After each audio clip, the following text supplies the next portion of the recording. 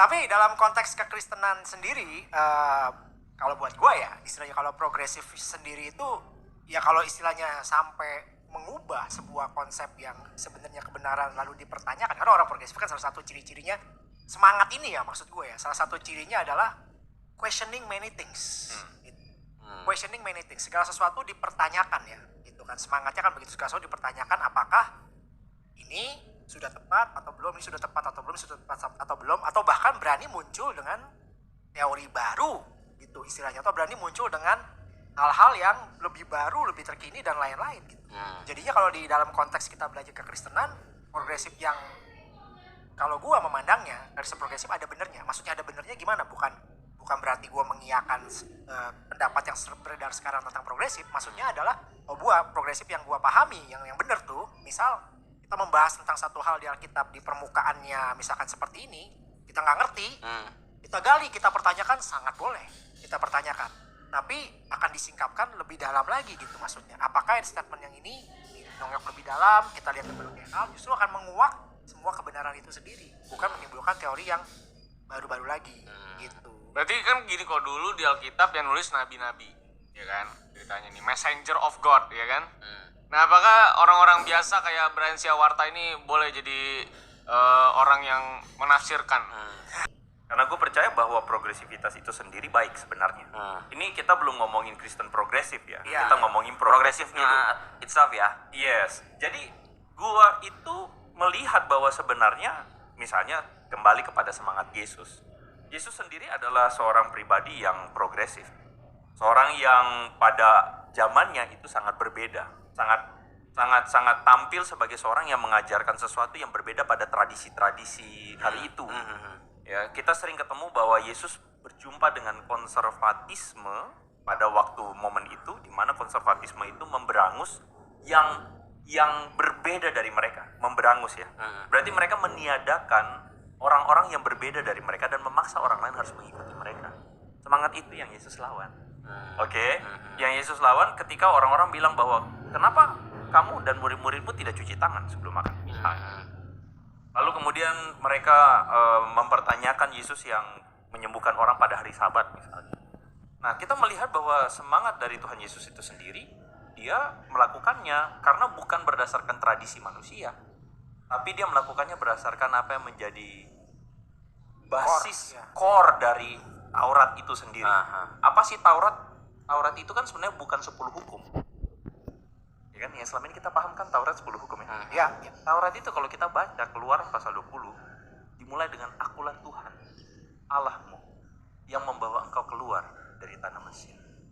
Jadi itu Taurat dimulai dengan satu deklarasi bahwa aku tuh Tuhanmu dan engkau umatku. It means you have to become my people yang punya conduct special as my people, yang different dari people yang lain. Di mana masyarakat yang lain mereka hidup dalam percabulan, perjinahan, kamu enggak. Gitu. Jadi ada sebuah value utama di mana bangsa yang lain misalnya ada dalam yang namanya revenge, balas dendam, kamu ketidakadilan sosial, kamu ada dalam keadilan sosial. Yesus kembali kepada core atau message utama dari isi hati Tuhan gitu loh.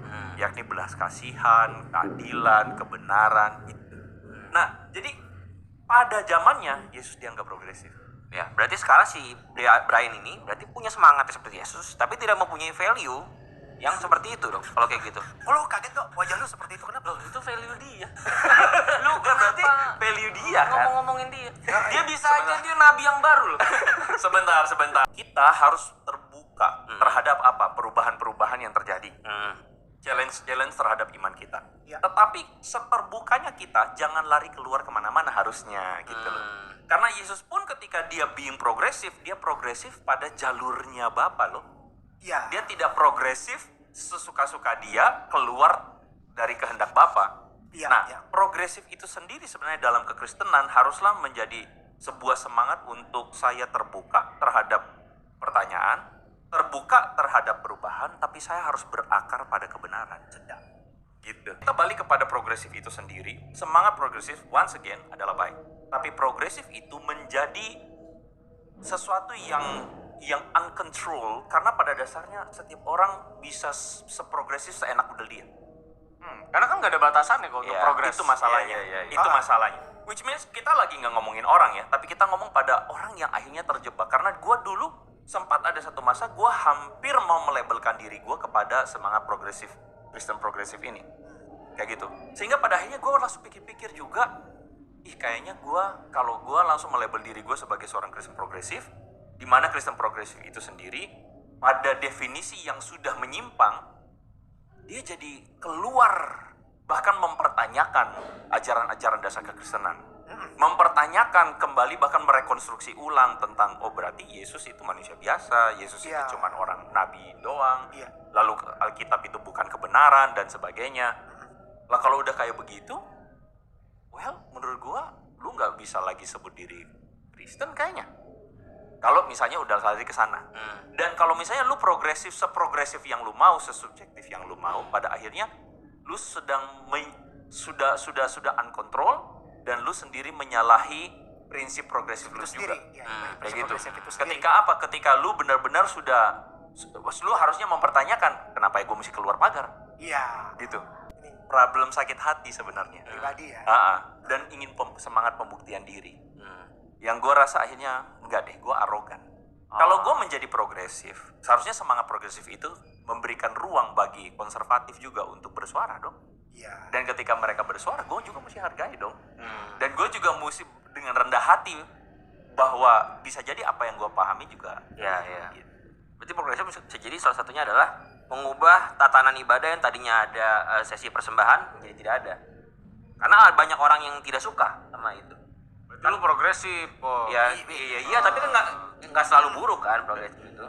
Bisa jadi kan based on experience juga kan. Tapi kan dia nggak punya gereja, kenapa dia harus progresif? Udah nggak ada ya. Orang-orang yang melabeli dirinya adalah progresif dan sekarang adalah Kristen progresif, menurut saya adalah orang-orang yang memang menggunakan experience-nya buat jadi basic dia gitu loh. Iya. Ya kan gue melalui ini, pengalaman gue yang gue percaya ini gitu loh. Oke, gue mesti ngomong dulu bahwa sebenarnya kan podcast kita ini juga salah satu semangatnya adalah kita bukan mau ngomongin orang. Setiap orang pada dasarnya pasti ada masa dalam pencarian. Ya. Bisa jadi teman kita ini dalam masa pencarian, ya kan? Dalam masa untuk mencari kebenaran, yang bisa jadi ada masa ketika kita sama halnya kayak manusia, kita manusia ada masa goncang. Iya, ada udah, masa enggak galau. kalian berdua tuh nggak usah sok baik gitu ya.